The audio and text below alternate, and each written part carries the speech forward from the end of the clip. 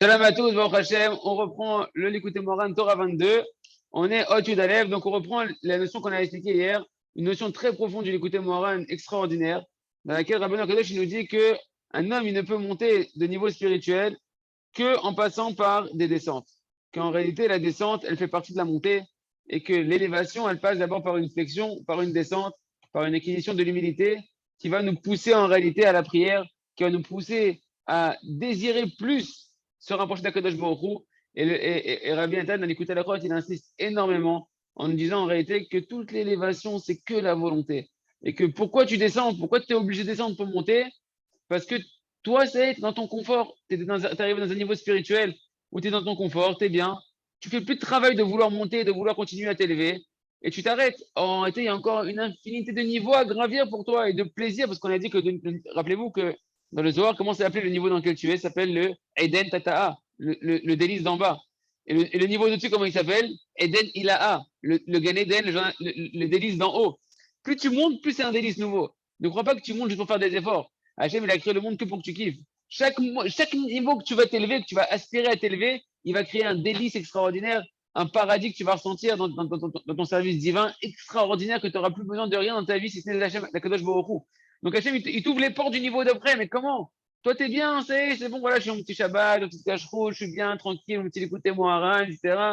Et Hachem, il voit que ça y est, c'est bon, ce niveau, tu l'as acquis, il faut que tu montes à un autre niveau, tu as un nouveau délice, un nouveau dévoilement d'Hachem qui va se dévoiler à toi, des nouveaux secrets de la Torah qui vont se dévoiler à toi, un plaisir extraordinaire spirituel qui va se dévoiler à toi. Et comment on fait ça, hein?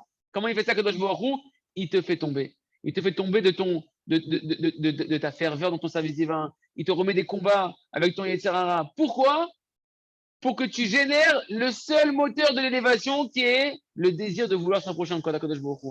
D'augmenter des volontés. Quand tu vois que d'un coup, tu étais tranquille, bien dans ton petit niveau spirituel, bien tranquille comme ça, et puis d'un coup, tu commences à avoir des tempêtes qui arrivent, tu es obligé tu te dis, attends, là, je suis en train de chavirer, tu es obligé de commencer à te remettre aux commandes et à rediriger et à commencer à allumer les gaz et à vouloir et à crier vers Akadosh Baruch Hu, et c'est ça qui te fait élever.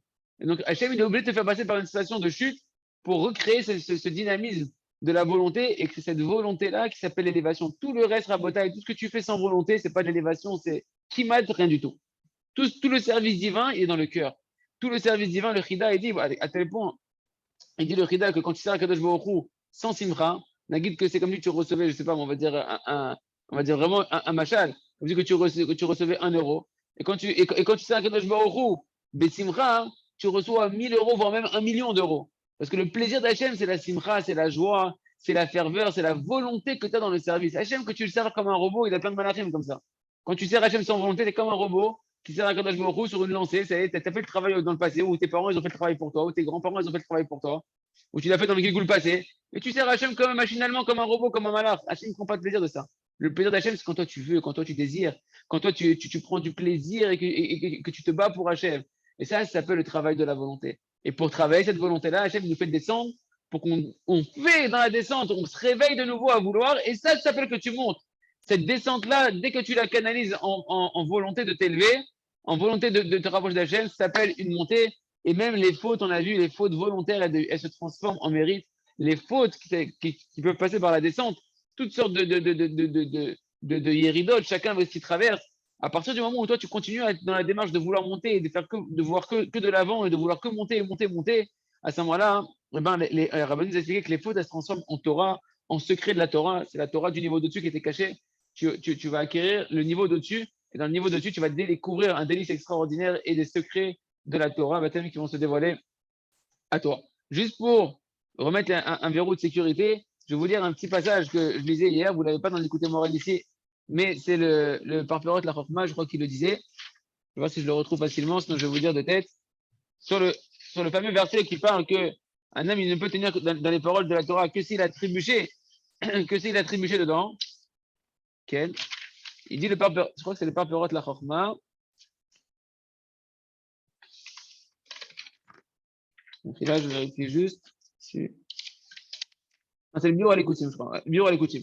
Biur à l'écoutim, il dit en réalité, pourquoi on appelle ça hein, les paroles de la Torah dans lesquelles tu ne peux tenir si seulement si tu as trébuché dedans. Trébucher, c'est marcher là. Marcher là, c'est une embûche. Que tu vas trébucher dans les paroles de la Torah et quand tu vas vouloir te relever pour bien les accomplir, eh ben, tu vas pouvoir bien te tenir sur les paroles de la Torah. Ça s'appelle Marshela. Marshela, ça vient du mot Mirchol.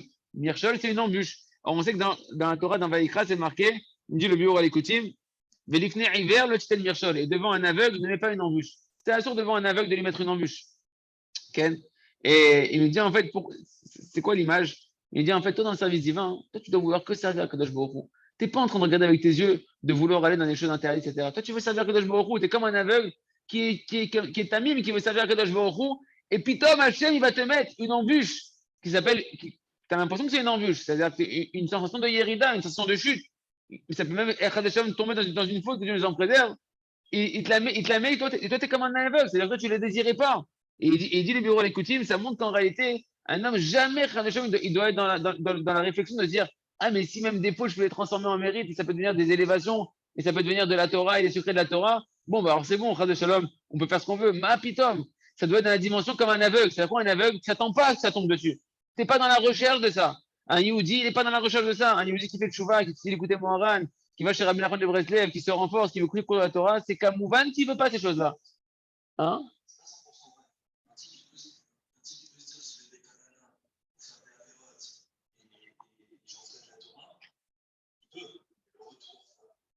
Non, mais ce qu'on a dit hier, c'est-à-dire qu'une personne qui va faire ça, c'est marqué, on l'a dit hier, il dit, et Rav Yitzhak, il dit qu'il y a des gens, pourtant, tu sais qu'il y a des gens qui peuvent se dire, voilà, moi je vais faire ça, après je ferai le chouva, etc. Mais le retour, il est très dur. C'est ce qu'on a dit hier. Hier, on a expliqué que c'est ce qui est marqué que celui qui dit, Chachamim, il dit, celui qui dit, Echeta ve'ashuv, je vais fauter Chad de Shalom, et Chad de Shalom, et après je vais faire teshuva, alors on lui ferme les portes de la teshuva. C'est quoi qu'on lui ferme les portes de la teshuva? C'est pas qu'il pourra plus jamais revenir Bilchouva. Chadashalam, ça n'existe pas. Il y a Enyehouch. C'est pas quelque chose que quelqu'un peut revenir. Simplement, ça va devenir très, très, très, très, très difficile de sortir de là-bas. Et il va devoir faire le chouva qu'il a fait cette erreur-là, de se permettre a priori. Et c'est extrêmement dur. Et en plus, tu t'es rentré dans un bilboul dans ta tête de pouvoir te permettre quelque chose qui est interdit, Chadashalam. Et tu ne reçois pas la chiata des Shemaya, l'aide divine de pouvoir revenir Bilchouva que tu devrais recevoir normalement. Ça veut dire que ça va devenir très, très difficile. Une personne va devoir beaucoup crier pour revenir Bilchouva de ça, Chadashalam. Et c'est pour ça qu'il nous dit le bureau à l'écoutime, c'est la même dimension que l'ifne hiver, le tzten mirchol. Devant un aveugle, ne met pas une embûche. C'est-à-dire quoi? C'est-à-dire qu'en réalité, la dimension qu'un homme il trébuche, il doit être comme un aveugle. C'est-à-dire que lui, il ne veut pas ça. Lui, il veut ça à Kadosh Baruch Hu. Il veut même celui qui fait de bonnes doutes, qui est dans la Torah, qui écoute des cours de Torah. Sa neshama, elle veut que ça à Kadosh Baruch Hu. Maintenant, son Yetzirara, son passé, il le rattrape, etc. C'est comme un aveugle que lui, il ne comprend pas. Lui, à bas les termes, ça y est, celui qui vient se purifier, on l'aide. Et au lieu de l'aider, on lui met une embûche sous les pieds, il ne comprend pas qu'il sort d'un cours de Torah et boum, il a une pensée qui vient, il sort de Woman, il a des trucs qui viennent dans la tête, il ne comprend pas ce qui se passe. Kachazé a derrière de monter. De monter, il faut passer par des héridotes pour pouvoir augmenter ta volonté et pouvoir quitter encore un peu plus, avec ta nouvelle volonté, quitter encore un peu plus les fronteries négatives du corps, les passions interdites du corps, et pouvoir rentrer de plus en plus vers la Neshama, que la Neshama puisse se dévoiler au corps et que le Tzadik puisse se dévoiler au peuple. On reprend maintenant la Tachem, on reprend. Okay. En tout cas, c'est un grand réseau de savoir que c'est impossible de monter sans traverser énormément d'épreuves et de descentes, et de monter, et de descendre, et de monter. Et Rabbi Nathan, il dit qu'un juif qui fait tchouva, il doit savoir qu'il va traverser des dizaines de milliers, des centaines de milliers de montées et de descentes qui sont inévitables et qui font partie en réalité des descentes de la montée. Maintenant, on retourne dans le Pérouche, on va quitter un petit peu ce qu'on a dit, et on retourne dans le Pérouche de Rabbeinu. Et Rabbeinu dit, voilà, on peut comprendre maintenant le Pérouche de la Mishnah qu'on dit tous les matins. Vezeu Pérouche à Mishnah, donc là je reprends dans l'écouter Moharan. Pérouche à Mishnah, Yehuda ben Tema Omer, Ve'az Kanamer, Ve'tal Kanesha, Ve'rat Tatsevim. Vous connaissez cette fameuse Mishnah de Pirkei Avot, chapitre 5, qu'on dit tous les matins, avant de faire le Kaddish pour dire Odou, c'est la fin de la Psicha. Et là-bas on dit, Yehuda ben Tema, qu'est-ce qu'il nous invite à faire? Sois effronté comme le tigre, comme le léopard, le tigre. Pourquoi tu dois t'effronter? C'est quelque chose de négatif, l'effronter normalement. Alors, Rabbeinu nous explique. C'est ce qu'on a vu dans cette Torah-là. Nimtza Shemazir Aladut Dikdusha. Yehuda ben Tema, il vient te mettre en garde sur l'effronterie de la sainteté de la Gdusha. On a dit que tu ne peux pouvoir rentrer chez les Tadikim. Tu peux que quitter les mauvais bergers, les bergers qui t'incitent à Shalom, à aller dans l'effronterie du corps, les bergers qui t'empêchent d'aller chez les bergers de la Gdusha. Tu ne peux quitter l'effronterie de ton corps, le Yetzirara et les passions du corps, que si tu as de l'effronterie de vouloir rentrer dans la Gdusha, de vouloir aller vers Hachem, de vouloir aller chez les tzadikim qui sont d'un niveau extraordinaire. Tu dis, mais comment je vais rentrer chez eux? Il faut de l'effronterie. de l'effronterie pour faire taire ce corps-là. Et Oda Ben Tema, il vient de nous mettre en garde sur cette effronterie-là parce qu'il y a un double tranchant dans l'effronterie. Il y a l'effronterie positive et il y a l'effronterie négative. Chez Tsari Adam, qu'un homme, il se doit que quoi? Qu'est-ce que doit faire un homme? Chez Yeye, Ad Kanamer, Keneged Kol Akamim Kenegdo Limnoa Oto Chad Shalom Avodato. Tu dois être effronté comme un tigre devant tous ceux qui se dressent contre toi pour t'empêcher de ton service divin. Tous les empêchements qui viennent de ton service divin, que ce soit dans ta tête, que ce soit des gens physiques, que ce soit des rabbins, que ce soit toutes sortes de facteurs extérieurs, la famille, les gens, etc., tu dois être effronté positivement dans ta joie de ton service divin, de n'écouter personne. Et tout de suite, le Tanaï nous met en garde en regard du grand défaut et de l'interdit de l'effronterie de l'autre côté, du côté de l'impureté. Il y a une effronterie négative. Comme chez Katouf, Sham, dans la suite de la Mishnah, c'est marqué Huaya Omer. Qu'est-ce qu'il disait lui aussi, Yehuda Ben Tema? Aspanim la Gehinom. L'effronter, eh ben, c'est l'enfer qui l'attend sur terre et après, parce que l'effronter, c'est quelque chose de très méprisable quand elle n'est pas dans la Kedusha. Et donc, comme l'effronterie, elle a deux pendants, un positif, un négatif, on peut se tromper dans l'utilisation de l'effronterie. Parce que c'est évident et c'est obligé qu'il faut obtenir de l'effronterie pour rentrer dans le chemin de la Gdusha. Cette effronterie, Rabbi Nachman nous a expliqué que ça se tient par la tfila qui nous amène à la simcha. Que la simcha, la tfila, quelle tfila? Pas la tfila de l'argent. La tfila de vouloir monter vers Hachem, la tfila de vouloir s'élever, la tfila de ne pas vouloir stagner, de pouvoir progresser dans la Gdusha, de quitter les Averot, de rentrer dans la Gdusha, d'avancer dans les Midot. Cette tfila-là, elle génère en réalité un plaisir de rapprochement d'Hachem qui va te générer une joie. Et cette joie, elle va être ta force de créer de l'effronterie, de pouvoir combattre tous les combats de l'effronterie du mal, du corps et des opposants de Tzadikim. C'est impossible de rentrer dans la Gdusha sans l'effronterie. Ou comme il a dit lui-même le Tana. Tu vois bien qu'il t'invite dès le début à être effronté comme un tigre. Donc, c'est-à-dire que tu as besoin de ça. Pourquoi? Pour entrer dans la Gdusha. Je crois que c'est même marqué au début du tour. Dans le tour, au tout début de son commentaire, il ramène cette Mishnah-là pour te dire que tout le Shulchan Aruch, tu vas accomplir la halachot, soit effronté. Si tu n'as pas l'effronterie de la Gdusha, tu vas rencontrer tout le temps des obstacles, des gens qui vont se moquer de toi, comme le conte du sage et du simple, des gens qui vont se moquer de toi, qui vont se rigoler de ton chemin, qui vont te décourager, des amis, de la famille, du etc. Toute la génération entière avec ce qu'elle publie partout. Donc il faut de l'effronterie. Pour accomplir la Torah, il faut de l'effronterie positive qui provient de quoi? De la joie du service divin. Celui qui n'a pas de joie, il n'a pas d'effronterie. C'est un faible. Il se fait manger tout cru. Mais d'un autre côté, l'effronterie, elle peut être très très mauvaise. Celui qui est dans l'effronterie, qui n'est pas de l'effronterie pour la Kedusha. Le bonhomme, il est effronté, il s'en fout. Il s'en fout de ce que la Torah m'a dit. Il s'en fout de tzadikim. Il rigole sur les gens, etc.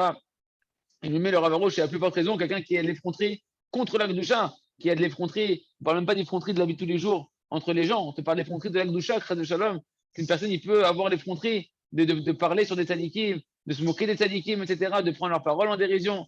Chez Zéazout Rameod, cette effronterie-là, elle est très mauvaise. Qui a Spanim la Geinom, il dit parce que d'un côté, tu vois que l'effronterie, elle t'amène à l'enfer. Alors, si c'est comme ça, le remède, il est tombé dans un puits. C'est-à-dire quoi le remède? Le remède, c'est l'effronterie. Sans effronterie, je ne peux pas rentrer dans la Gdusha. Mais d'un côté, l'effronterie, elle peut me faire tomber dans l'enfer. Donc, alors, le remède, comment je vais l'utiliser? C'est dangereux. Comment je vais faire? En quoi le remède, il tombe dans un puits? Quelque part, c'est qu'on ne sait pas trop comment naviguer avec cette azout. Comment je vais savoir que je suis dans une bonne effronterie et que mon effronterie, elle est bien de la Gdusha? Il y a des gens, ils sont persuadés qu'ils ont de l'effronterie de la Gdusha avec une barbe et un chapeau, et c'est de l'effronterie de la Touma qu'ils ont. C'est de l'effronterie du mal. C'est le pas de savoir que ton effronterie. Tu vois, des gens, des fois, ils sont en feu dans la Torah. Tu dis, oh, quelle effronterie de la Gdusha, il est aspanim dans la Gdusha. Et Béhémet, il est en train de proférer des paroles que c'est de l'effronterie du mal. Parce qu'il est en train de dire des choses qui sont le contraire de ce que Hachem Béhémet, il veut. Nous, on ne s'en rend pas compte. On voit du feu, on voit de l'effronterie, etc. Il faut faire attention. Comment tu vas savoir que l'effronterie, elle vient de la Gdusha, que l'effronterie, elle vient pas de la Touma? C'est sûr que quand c'est quelque chose de mal, de négatif, le bonhomme, il répond à ses parents, le bonhomme, il est effronté de faire le contraire de ce que ses parents lui disent, etc. Bon, il y a des choses, c'est évident. Mais après, là où c'est plus difficile, c'est quand toi, maintenant, tu veux te servir de ça pour entrer dans la Gdusha et que tu ne sais pas si maintenant l'effronterie que je suis en train d'utiliser, le côté de feu comme ça, de vouloir être capable d'aller en guerre, quelque part, est-ce que c'est un côté qui est positif ou est-ce que ça provient d'un côté qui est négatif? On ne sait pas comment utiliser cette azout, cette effronterie de la bonne manière. C'est pour ça que le Tana, il te dit d'un côté, c'est obligatoire pour entrer dans la doucha d'avoir de l'effronterie. Mais d'un autre côté, attention, tu risques de tomber en enfer si c'est pas la manipuler. Baiser, Bikesh, Atana. Et c'est ça, il me dit, Rabbi Nachman, il répond à une grande question sur cette Mishnah, Rabbi Kadosh. C'est jamais tu vois dans une Mishnah, c'est très rare qu'une Mishnah, elle te parle d'une prière, qu'elle te fait une prière, la Mishnah. Le Tana, quand il fait une Mishnah, il t'enseigne un enseignement brut, il ne te fait pas une prière. La prière, c'est la prière, la Mishnah, c'est la Mishnah. Et là, tu vois que Yehuda Ben Tema, il passe de son enseignement à la Tfila. D'un coup, il te dit, Yiratzon, Shebane Betamikdash, Beten Halkanu Betoratecha. Que ce soit ta volonté, qu'Hachem, que tu construis ta ville de Yerushalayim, le Beth Amikdash, et que tu puisses nous donner notre part dans la Torah. Quel rapport? Et là, Rabbeinu, il nous dit justement, les Chora ou Plia Gdola. A priori, c'est très étonnant. Vechol Adam Ishtomem Alze, et chacun il doit rester stupéfait, ébahi. Masmichut yesh litfila azot, la Kodem. Quel rapport à la prière que tu es en train de me dire maintenant, Yehuda Ben Tema, avec ce que tu viens m'enseigner comme enseignement juste avant dans la Mishnah? וגם אין זה דרך המשנה להתפלל תפילה בקשה באמצע דבריו. Il me dit Rabbeinu Akadosh, et c'est pas l'habitude de la Mishnah de mettre une prière en plein milieu de ses enseignements. Mais Rabbeinu dit maintenant, avec tout ce que je t'ai expliqué, Achata, mes voix étaient. Maintenant, tu peux bien comprendre. Haïnou, chez Itpalel, c'est quoi, qu'est-ce que ça vient nous enseigner en réalité? Il vient nous enseigner que la azout, l'effronterie, elle dépend de quoi? Elle dépend de la tfila. Pourquoi il te parle de l'effronterie, du bien, l'effronterie du mal, et juste après il fait une tfila? Sache que tu veux rentrer dans la bonne effronterie, il faut que tu sois cachour à la tfila. La tfila va t'amener, la tfila c'est la dimension de la crainte, c'est la dimension de l'humilité, c'est la dimension, la tfila qui va t'amener, la crainte qui va t'amener à la joie d'Hachem, réjouissez-vous dans la crainte, ça va t'amener à la joie d'Akadosh Baruch Hu, et cette joie qui est imprégnée de crainte, d'humilité, à ce moment-là, va t'amener à une effronterie, qui est une effronterie véritablement de vouloir se rapprocher d'Akadosh Baruch Hu. Haïnou, shiit palel. C'est pour ça qu'il a prié, le Tana. Juste en parlant après de l'effronterie du bien, l'effronterie du mal, il se met à prier. Et qu'est-ce qu'il prie d'Avka? En réalité, le secret du Tana, c'est de nous dire que sa prière, c'est comment je vais mériter, frère Hachem. Fais-moi mériter, Hachem, de me comporter correctement avec l'effronterie. Que je n'ai aucune effronterie du mal qui rentre à l'intérieur de moi. Au contraire, je vais avoir que de l'effronterie positive à Kadosh Baruch Hu, de la sainteté. Écoutez bien, c'est quoi là? Quel rapport Ibane Bet Amikdash avec la Hazout? On a dit c'est quoi le Bet Amikdash? C'est Yerushalayim. Le Bet Amikdash, c'est la maison de la prière. Yerushalayim, c'est Kiryan Ne'emana. Kiryan Ne'emana, c'est la ville de la Emouna. Donc il prie en réalité d'avoir la Hazout d'Ikdusha, que par la Hazout d'Ikdusha, rappelez-vous à quoi elle me sert l'effronterie positive de rentrer chez les bergers de la Emouna. Sans l'effronterie positive, je ne peux pas rentrer chez les bergers de la foi qui, eux, peuvent me donner la Emouna. Or, ces bergers de la foi sont représentés par la ville de Yerushalayim. Parce que Yerushalayim, on appelle dans le Tanakh, Kiryan et Emana, la ville de la Emouna. Donc c'est ça qui prie le Tanakh. Chez Ibane Bet Amikdash, pourquoi je veux la Hazout d'Ikdusha Hashem? Pour construire mon Bet Amikdash, pour construire ma Emouna. Et ça, je le fais dans la Tfila. Il n'y a que par la Tfila que je vais arriver à pouvoir atteindre ce niveau de crainte, d'humilité, qui fait que maintenant, quand je cherche la Emouna dans la crainte, dans l'humilité, alors ma prière, elle va me faire une joie qui va me donner de l'effronterie qui va être positive. C'est ça la Tfila du Tana. Chez Zochin, chez Adon Ibnat Yerushalayim Kanemana, Hainu chez Zochin la Emouna, elle est des Oazout, comme voir elle. Chez Efshar Leitkarev la Tadikim Amitim, Shem Bechinat Klaliut Shivat Roim, Shem Klaliut Akdusha, chez Ikar Emouna Nimshach El Adam, qui est malé des Azout Kanal. Parce que c'est impossible de rentrer chez des Tadikim authentiques, des générations passées, de notre génération, qui sont eux-mêmes la globalité des 7 bergers de la foi, des 7 bergers de la Emouna, Abraham, Sav, Yaakov, Moshe, Aaron, Yosef et David, qui eux-mêmes, ils représentent la globalité de toute la Kedusha. La Emouna, la Kedusha, c'est des synonymes. Chez Ikara Emouna, que l'essentiel de la foi, tu l'attrapes par les tzadikim. Mais pour rentrer chez les tzadikim, il faut de l'effronterie. C'est ça cette prière qu'il est en train de faire en réalité. Hachem, donne-moi de l'effronterie positive qui me permet de pouvoir rentrer chez les tzadikim, que chez les tzadikim, je vais pouvoir aller à Yerushalayim, c'est-à-dire quoi? Je vais rentrer dans la Emouna, que la Emouna va amener à la Kedusha. Et c'est ça qu'il a pris le Tana. Yeratzon, Shetivne, Yerecha, Bimera, Ve'ameno. Yeratzon, Yakadosh Baruch Hu, que par la Hazout, je suis dans la bonne Hazout qui va te permettre de construire ta ville rapidement de nos jours. C'est quoi ta ville? Chez Yé, Hazout, Hazout, d'Ikdusha, que mon effronterie, ce soit une effronterie de la Kedusha. par laquelle va être construite Yerushalayim, qui est la ville de la Emouna, par laquelle je vais pouvoir construire la Emouna en rentrant chez les bergers, chez Mimenu Nivne Yerushalayim, Kayan et Emana Kanal. Ah, la Bolazé. Il continue le Tana. Mais pour arriver à ça, c'est la suite de la prière du Tana. Regardez comment c'est beau. Parce que tous les mots de la prière du Tana, ils sont dans notre Torah, c'est complètement lié. Mais pour arriver à ça, pour arriver à cette Azoutik Dusha qui te donne accès aux bergers de la Emouna, aux Talikim qui vont te donner la Emouna, etc., ou à l'aider, il faut passer par cette prière où tu demandes à Kadosh Baruch Hu, donne-nous notre part dans ta Torah. C'est quoi Kadosh Baruch Hu, donne-nous notre part dans ta Torah? Rappelez-vous qu'on a dit que tant que moi, je suis dans mon niveau à moi, c'est ma Torah à moi. Et le niveau de-dessus, c'est la Torah d'Hachem. Donc quand je dis Hachem, donne-moi une part dans ta Torah, c'est fais-moi monter Hachem de niveau, que je monte au niveau de ta Torah à toi qui m'était cachée, qu'elle devienne ma Torah à moi. C'est que je suis monté du Naasé au Nishma, et je transformé le Nishma en Naasé, comme on l'a expliqué dans les Torah précédentes. La Torah d'Hachem, c'est le niveau de-dessus qui m'est caché. Ma Torah à moi, c'est ce que je vis, que je comprends. Quand je prie à Kadosh Baruch Hu pour avoir de la Hazut Ikdusha, pour avoir de la Emouna et pour monter de niveau en niveau, c'est pour monter vers la Torah d'Hachem et transformer cette Torah d'Hachem en ma Torah à moi. C'est ça, Veten Chelkenu Betorata. Donne-nous, Hachem, une part dans ta Torah à toi. Que ta Torah à toi, elle devienne ma Torah à moi, que je monte de niveau. Et la Torah d'Hachem, le plus haut niveau, c'est la Torah. On avait expliqué que c'est la Torah d'Hachem Mamash, où là-bas, c'est dans le Ensof d'Akadosh Baruch Hu, où tu t'annules complètement dans Akadosh Baruch Hu. Et là-bas, véritablement, quand tu t'annules dans Hachem, tu reçois une joie extraordinaire. Tu es dans une effronterie extraordinaire qu'il n'y a personne qui peut là-bas maintenant oser venir te dérouter d'Akadosh Baruch Hu. Nous, on retourne à l'émotion d'écouter Moharan. Mais d'arriver à tout ça, de pouvoir avoir la Zoutik Dusha, c'est par la Torah et la Tfila. C'est le fait que je suis dans un niveau de Torah et que je vais prier pour monter au niveau de Torah dessus.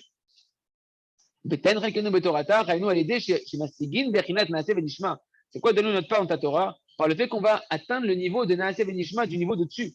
Chez aussi Nishma Naaseh, qu'on va transformer le niveau de Nishma qui était, on comprendra, la Torah qui est la Torah d'Hachem, qui je ne comprends pas pour l'instant, que je vais la transformer en Naaseh, en une acquisition pour moi, en ma Torah à moi, ce qui dit la suite Rabbeinu, Mi Torah Hashem Torato, tu transformes le niveau de Nishma qui est la Torah d'Hachem, d'accord, quelque chose que tu ne comprends pas, que tu vas transformer en ta Torah. Et c'est ça, Veten Chelkenu Betorata. Donne-nous une part dans ta Torah, que ta Torah devienne ma Torah, que je monte de niveau dessus. C'est ça qui crée la joie, c'est l'étude de la Torah et la prière de monter à un niveau dessus pour avoir une autre compréhension de la Torah. Derrière nous, chez Zochel et Asik Torah d'Hachem, c'est-à-dire que tu vas mériter, il demande en fait de mériter, de comprendre la Torah d'Hachem, canal. Vezeo Veten Chelkenu Betorata.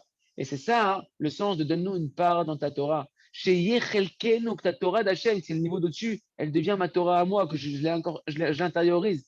Chez Ouachelek, chez Lano, ça va être ma part à moi, de la Torah dans la Torah. Haïnou Bechinat Torato, ça devient sa Torah, ta Torah à toi. Bechinat Naaseh, tu as transformé le niveau d'au-dessus de Nishma en un niveau de Naaseh, en ta Torah à toi. Et comme ça, tu es monté à un niveau d'au-dessus, Betoratar. Betoratecha, Haïnou Torah Hashem Mamash. Qu'on ait une part dans ta Torah. C'est quoi ta Torah Hashem? Ta Torah d'Hachem à toi, Mamash, ta Torah d'Hachem, c'est le niveau tout en haut. On avait dit au-dessus du monde de la Tzilut, la Torah qui est dans le Mahamar, ça tourne là-bas de Bereshit dans laquelle Hachem a créé le monde. Ou là-bas, c'est la Torah d'Hachem Mamash. Que tu puisses t'inclure complètement dans la dimension Ensof d'Akadosh Baruch Hu, que tu sois dans l'humilité totale, inclus dans Akadosh Baruch Hu, chez Iskel et Asik Torah d'Hachem, que tu puisses mériter de percevoir la Torah d'Hachem, Bechinat Nishma, c'est la dimension dont on comprendra la dimension du niveau d'au-dessus qui te dépasse, chez des Ezochin les Simcha Kanal. Par ce travail de Torah et de Tfila, que je suis dans une Torah, dans un niveau de Torah, et que je prie pour monter à un niveau de Torah dessus, et bien comme ça, on génère la véritable Simcha Rabotai. Et ce travail de Torah et de Tfila, d'être dans le niveau dans lequel tu es, et de prier pour monter au niveau dessus par la prière, et on utilise la prière pas pour la parnassa encore une fois, on ne cherche pas à monter de niveau dessus dans la parnassa par la prière, on cherche de monter de niveau spirituel, les kisufim, kesafim, l'argent et les désirs, c'est le même mot. Nous, on veut monter de désir encore plus vers Kadosh Baruch Hu, pas de l'argent, Rabotai. Oubliez la tfila, c'est pas pour l'argent. La tfila, c'est pour l'argent éternel qui est la proximité avec Hachem, la yirat shamayim. Shadozochin les simcha. C'est que ça qui donne la véritable joie, de vouloir se rapprocher d'Hachem. Et quand tu as la joie par la tfila, tu mérites l'effronterie de l'Akdusha. Canal. Bechina qui Hedvat Hachem Mausrem, ce qu'on a vu que dans les versets, que la joie d'Hachem, c'est ça notre force, c'est ça notre effronterie. Et c'est ça ce que le Tana, au tout début, il a demandé. Qu'est-ce qu'il a dit? Uboshet Panim le Gan Eden. Et la honte sur le visage, elle amène au paradis. Parce que en réalité, tout ce travail de l'effronterie qui vient de la Torah, de la Tfila, de la prière, eh ben, il t'amène à une véritable crainte d'Hachem qui est remplie d'humilité sur ton visage. La crainte d'Hachem, c'est l'humilité sur le visage, c'est la honte sur le visage. Et ça, c'est le véritable paradis à Botaï. Quand tu as honte d'Hachem, quand tu crains un Kadosh Baruch Hu, quand tu es dans la Tfila, dans la Torah, et que tu as honte de monter au niveau de dessus, eh ben, en réalité, qu'est-ce qui s'ouvre devant toi? Il s'ouvre les portes du paradis sur terre, les portes du niveau de dessus, qui est le paradis avec Akadosh Baruch Hu. On continuera demain, pour faute de temps, Béat Hachem. On reprendra là, on s'est arrêté. Il y a de savoir que réaliser à Ta'anouk, c'est que ça le plaisir, Torah avec Tfila, de monter vers Hachem, et dans la crainte et dans l'humilité, et ben comme ça, on obtient une effronterie de la joie qui donne un véritable plaisir. Chazak, Ben Chazak. Ça s'est coupé, je crois.